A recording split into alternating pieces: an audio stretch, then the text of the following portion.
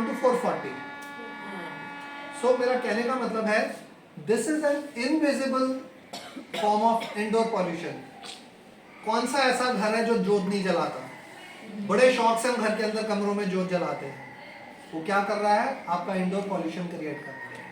वो आपका AQI monitor आपको बताएगा। And this was shocking to me also कि मैं कमरे के अंदर घुसा हूँ। अच्छा, अब मैम क्योंकि वो उसको धुआं चढ़ गया है, now you can read it for yourself. It has gone up to उस एरिया में। ऑफिस में आपका severe 580 No, severity is all right. Particulate matter 2.5 and 10. 424 हाँ, So it is increasing. उस एरिया में क्योंकि जला के हैं वो 600 तक पहुंच गया है। So similarly what has happened, Diwali के टाइम पे भी ये चीजें ऐसे ही हुई हैं। हम लोगों ने पंजाबी में थोड़ा सा बनाने की कोशिश की थी। So we all know कि हुआ क्या है। Now the AQI what we were talking, AQI का है क्या बेसिकली? एक नंबर दिया गया है।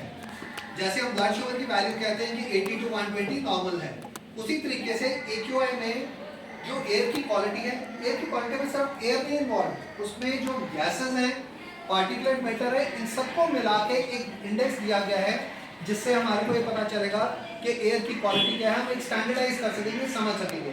आज मैं यहाँ AQI सीवियर बोल रहा हूँ, अमेरिका जाके बोलता हूँ, they will understand that. Delhi में भी उनको पता है सीवियर क्या है। सो दैट इज व्हाट एक सीवियर हो जाता है, ऐसे it goes on to mild moderate severe. So only green and moderate is tolerable, after that it is not good. हम बात नहीं, वो गोली पहले आपके डाइजेस्टिव सिस्टम में डिसॉल्व होती है, आपके डाइजेस्टिव सिस्टम से डिसॉल्व होके अब्सॉर्ब होती है और अब्सॉर्ब होके आपके ब्लड के थ्रू ब्रेन में साइड पे पहुंचती है। अब ये वाला चीज क्यों मैं बता रहा हूँ, वो इसलिए है 70 माइक्रोन्स। अगर 1/5 कर दोगे तो 10 माइक्रोन जो होगा ppm 10 बन जाएगा। अगर उस वाले हिस्से की 1/5 की भी और आप छोटा करो, उसको भी फर्दर एक 10 माइक्रोन को डिवाइड कर दो, उसको 4 हिस्से में डिवाइड कर दो, 2.5 है। वो इनविजिबल है, वो पार्टिकल आपके ब्लड में अब्सॉर्ब हो जाता है एयर पॉल्यूशन से। ये जो पार्टिकल्स आप देख रहे हैं, इसमें जो 2.5 का होगा वो अब्सॉर्ब हो जाएगा, and that will go through the blood to each and every part of the body. कोई रिस्ट्रिक्शन नहीं है, ब्लड ब्रेन बैरियर क्रॉस कर जाता है, प्लेसेंटल बैरियर भी क्रॉस कर जाता है।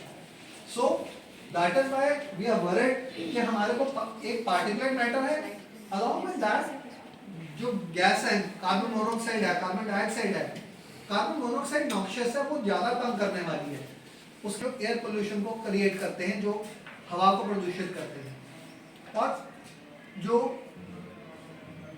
धुआं जो नॉर्मल घर में होता है। लंग्स का कलर क्या था? नहीं, क्या होना चाहिए था? पिंक होना चाहिए था। तो जब आप चेस्ट सर्जरी कर रहे हो तो क्या एक्सपेक्ट कर रहे हो कि क्या दिखेगा? पिंक ही दिखेगा।